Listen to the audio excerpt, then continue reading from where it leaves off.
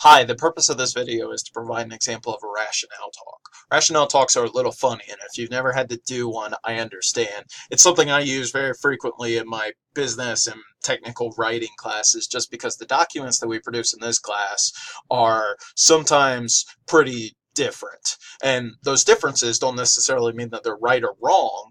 It just means that different people approach it different ways, and depending on the situation, there could be equally valid ways to approach something. And so to make sure that I don't, look at something in this really, really focused way and say, oh, that's right or that's wrong, an explanation can be very helpful for helping me to see what you are going for. This is especially true with the job application documents, which depending on the field that you're going into, the type of posting, might require stuff that, your textbook or that I might traditionally say, no, that shouldn't be in there. So by doing the job talk, the rationale talk, I mean, then you have an opportunity to just kind of make that clear, and I'll watch it and I'll kind of understand what you were going for. And then even if it's not something that I would have done, it gives me a chance to give you a benefit of a doubt. So this is just a model for that. I have a sample resume up here, one from a couple of years ago. It's not the one that I used to apply for the job I have now. It's actually one I had for a promotion. So it's a little bit different situation, but still pretty close. And then I'll have a job letter up, one that I actually had from when I applied for the position at Vincent's University. And so you'll be able to see the way that I approached it, and I'll kind of practice going through the different questions for the rationale talk. Mine, as this model will show, will probably be pretty wordy because I'm a pretty wordy person, but you do not have to make yours quite as long as mine. Yours does not have to be 10 or 15 minutes like mine probably will be. So, okay, this is my resume, and you'll notice that it's in Word document format. As I was thinking about it from when I assigned the assignment, it's okay if you have the Word document up there, if you don't want to have a PowerPoint and then do screen grabs to put stuff onto the PowerPoint slides. That's really okay. And for the sake of time, that's what I'm going to do here. The main thing is just that you have it and that you can kind of point to certain things on it. So with no further ado, let's go ahead and get into the actual kind of material of the rationale talk. So first question is, what did you try to highlight or emphasize in the resume and or job letter? What techniques did you use, design, organization, format, or other to add extra emphasis? Well, you'll see that, especially early in my career, and especially when I was trying to get a career, one of the things that I felt I had going for me was, a good academic record. And so I kind of pointed to those things by setting them aside, putting my GPA over on the right-hand corner, bolding it. You'll notice there are only a couple of things that are bolded in this document, and this was, one of them, the GPA. And then you'll see down here my experience of being in an honor society and on the dean's list. Those are also bolded, and I wanted to make sure that those things would stand out for somebody just doing a quick skim of the resume.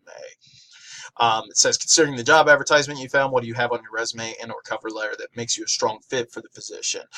Okay, now I don't have the job posting to be able to show you guys, but I do recall it, advocating, a certain amount of experience. It wanted somebody that had the right kind of approach for teaching community college students. And so I made sure that I was doing that as much as possible. Obviously this related experience stuff, the stuff at VU, very important. Obviously that proves it. But what I also had on here in the past was my experience teaching while I was going to grad school, and it had many of the same things about, like teaching students, working with them into different modalities, really explaining it out. And I tried to tailor that to the different bullets that were on the job posting. And then, as you can see, I've got a couple of other things. This one's obviously a little bit older, and it was a little bit more extensive before I worked at VU. So it just kind of explained that I have experience writing in the field, and then I made the argument in my job letter, which I'll go ahead and switch over to here, that I have experience that I can lead to showing students that there is a purpose and a point to a lot of these things that they're doing, because this is how you might have to do it in the real world, whatever that means. The third question, were there any weaknesses in your experience, skills, etc., that you tried to downplay in your resume and or cover letter? If so, how? Yeah, at first, what I tried to do with my related research section before I had, a couple of years under my belt as an assistant professor, was to focus in on, the fact that even though I only had a little bit of experience, 2 years at that time, 4 semesters worth of teaching experience, I had done a lot of things. So the way that I tried to sort of downplay it was by making that section still look really, really big. I believe I had something like, 5 or 6 different bullets in here. And obviously, as you can see, this resume is from a couple of years ago, but even now I have more than that. And I really tried to bulk up my experience, in the field, so to speak, as well. Of course, you all you can do is put in what you have, and then as soon as you have more stuff, then you replace your weaker stuff, and that's what I tried to do. Question number 4, how did you tailor your resume and job letter to the job advertisement? Did you use certain terms of phrasing, something else? Here's a great example of that. Let me switch to the job letter. My job letter is all annotated because I'm also going to post this document up on Blackboard. You can kind of see the different strategies I used in that, just in case it's helpful. But this paragraph is really where I tried to tailor my materials to the job posting especially. And it says I'm applying for this position because I respect and appreciate how community colleges focus on students. And one of the things that I noticed was that the job posting asked for a teacher who has a good understanding of the community college philosophy. Now, I had never taught at a community college at this point, so I kind of had to go with it on this, just kind of take a good guess. And so what did I do? Well, I looked at the VU webpage, and I thought, why not mention that? Because that shows that I care, and it shows that I'm interested. When reading the VU webpage's mission and values, which it shouldn't be the webpage's mission and values, it should be the mission and values on the webpage. But hey, they hired me. That's okay. I've got a couple of little mistakes in this thing, like this right here. This should be a colon instead of a comma, all kinds of little things that looking back, 9 years later, I'm like, oops, should not have done that. But, they looked past it. Thank goodness. Anyway, so in this section, I tried to find like terms that they used on their website or in the job posting. The student first focus, student centered, collaborative. Also in here, they talked about, having experience teaching in different formats. So I mentioned my online teaching environments using, they didn't call it Blackboard at my old institution, but it was essentially Blackboard, and assessment and pedagogy and all these kind of good terms, technical terms that show that, I know the language of being a teacher. So I made sure that that was included for sure in that. Let's see. Question number 5, how did you make your letter and resume work together? Did you take an example from the resume and flesh it out, something different? I absolutely did. You'll notice, like, well, I'm sorry, you won't notice because it doesn't have as much stuff in there at this point. But, at a certain point, I had this information about all the stuff I was doing as a, graduate assistant who was responsible for teaching classes. And it was just, a couple of bullets, pretty basic stuff. And then I wanted to really explain that more. So that's what this paragraph is all about. It just kind of explains it and allows me to, kind of also going along with question number 3, the weaknesses, says I received apply my learning to practice, develop my teaching pedagogy. Let's see, where does it say? Oh, there it is. Under the mentorship of seasoned English professors, I did everything required of a professor of English, both in and out of the classroom. And it says, I am confident, I'm completely confident that I can handle the workload of a full-time professor. So I just kind of, expanded upon some of those bullets by turning it into a little bit more of a narrative.